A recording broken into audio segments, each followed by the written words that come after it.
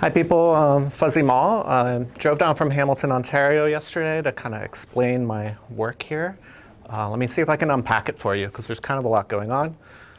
This is actually a quilt of a quilt of a quilt. It started initially with a portrait of my friend Emma and Clark, the bulldog.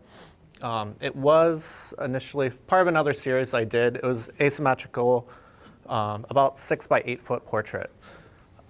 And then last year, I decided to start working on this new series.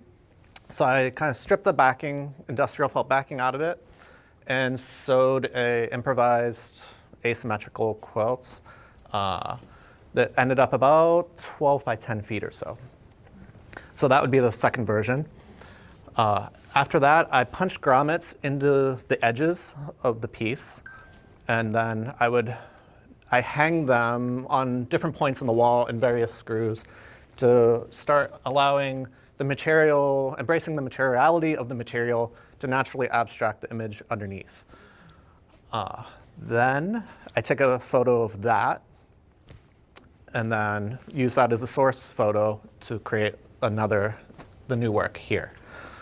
So that's kind of the how, but then the why. So I've been thinking about AI technology.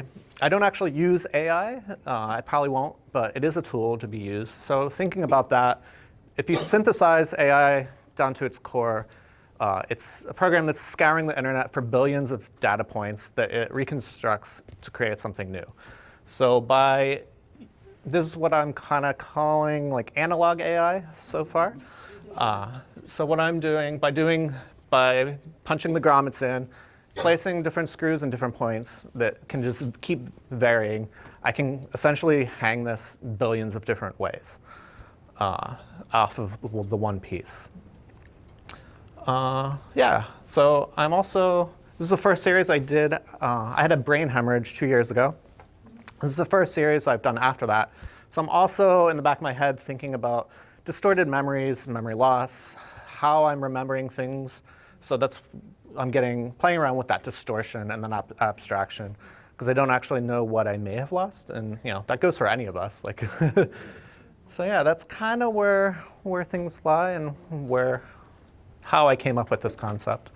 It's super fresh. It's kind of like this is the first or second piece in the series. The one over there is the third, and I've only been able to make 3 so far.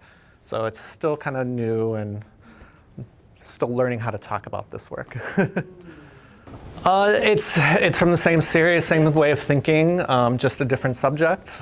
So yeah, it's kind of, I use as much reclaimed fabric as possible in my practice.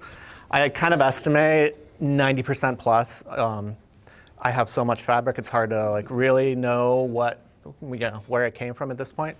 But yeah, mostly I use a reclaimed fabric.